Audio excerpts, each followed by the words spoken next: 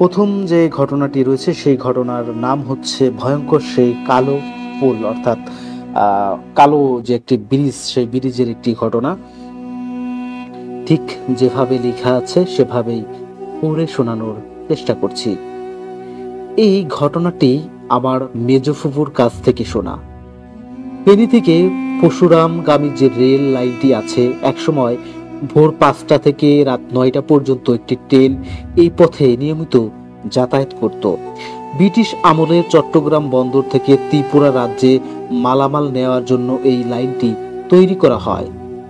বর্তমানে অবশ্য এই লাইনে সব ধরনের ট্রেন চলাচল বন্ধ রয়েছে। আজ থেকে 30 বছর আগের কথা। আনন্দপুর ইউনিয়নের কালীহাট নামক স্থানে কালাপোল নামের একটি জায়গা আছে। আর সেই কালাপোলের পাশে ছিল ছোট্ট একটি গ্রাম, নাম তার ধোয়াছড়ি। ছবির মতোই দেখতে সুন্দর ছিল সেই গ্রামখানি। চারদিকে ছিল তার সবুজে ভরা, দেখলে যে কারো চোখ জুড়িয়ে যেত। এই এলাকায় তখন বিদ্যুৎ আসেনি, তাই রাত একটু গভীর হলে চারপাশে শুনশান নীরবতা নেমে আসতো। আর সেই নীরবতার মাঝে ঝিঝি পোকার শব্দ আর মাঝে মাঝে খেক শিয়ালের ডাক ছাড়া কিছু শোনা যেত না। একদিন এই গ্রামের এক মেয়ের বিয়ের আসর থেকে যৌতুকের দাবিতে বর চলে যায়। এভাবে বিয়ের আসর থেকে বর চলে যাওয়ার কারণে সেদিন সারা রাত মেয়েটি এবং তার মা বিলাপ করতে করতে কান্নাকাটি করে। পরে ফজরের আজান দেওয়ার একটু আগে মেয়েটি লজ্জা শরমের ভয়ে ওই কালাপোলের পাশে রেল গাড়ির নিচে ঝাঁপ দিয়ে আত্মহত্যা করে।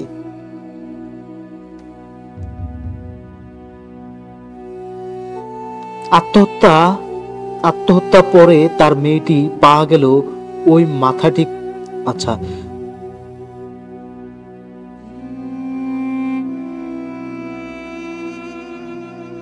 আত্মহত্যা পরে তার দেহটি পাওয়া গেলেও মাথাটি কোথাও খুঁজে পাওয়া যায়নি।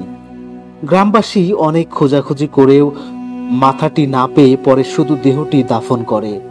এ ঘটনার কয়েকদিন পরের কথা। একদিন গভীর রাতে বিকট এক কান্নার আওয়াজ শুনে গ্রামের সব মানুষের ঘুম ভেঙে গেল। তারা লক্ষ্য করলো বিলাপের সুরের মতো একটি কান্নার আওয়াজ তাদের কানে ভেসে আসছে। আর কান্নার আওয়াজটি আসছিল ঠিক কালাপোলের ওই দিক থেকে। সবার কাছে কান্নার আওয়াজটি অতি পরিচিত মনে হলো। ও কেউ সাহস করে ঘর থেকে বের হয়নি।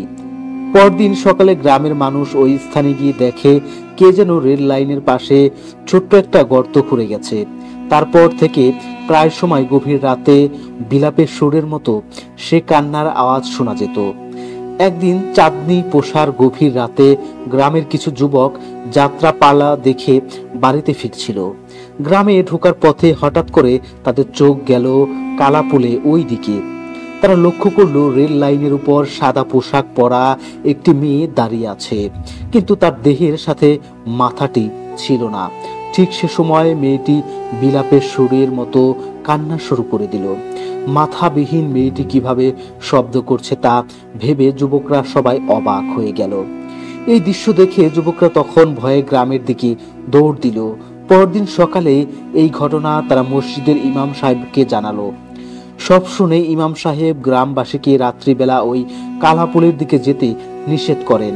সেদিন রাতে কে যেন মসজিদের ইমাম সাহেবকে স্বপ্ন দেখালো মেয়েটির মাথা খুঁজে বের করতে, আর সে মাথা কবরে দাফন করতে। স্বপ্ন দেখার পর দিন ইমাম সাহেব গ্রামবাসীকে নিয়ে কালাপোলের আশেপাশে মাথাটি খুঁজতে বের হলেন। একসময় কালাপোল থেকে আধা কিলোমিটার দূরে একটি ধান খেতে থেকে মাংস পচা মাথাটি উদ্ধার করে। পরে সেখান থেকে মাথাটি অনেক এনে কবরে দাফন করে। সেদিনের পর থেকে গ্রামের মানুষ আর কখনো সেই বিকট শব্দে কান্নার আওয়াজ শুনতে পায়নি।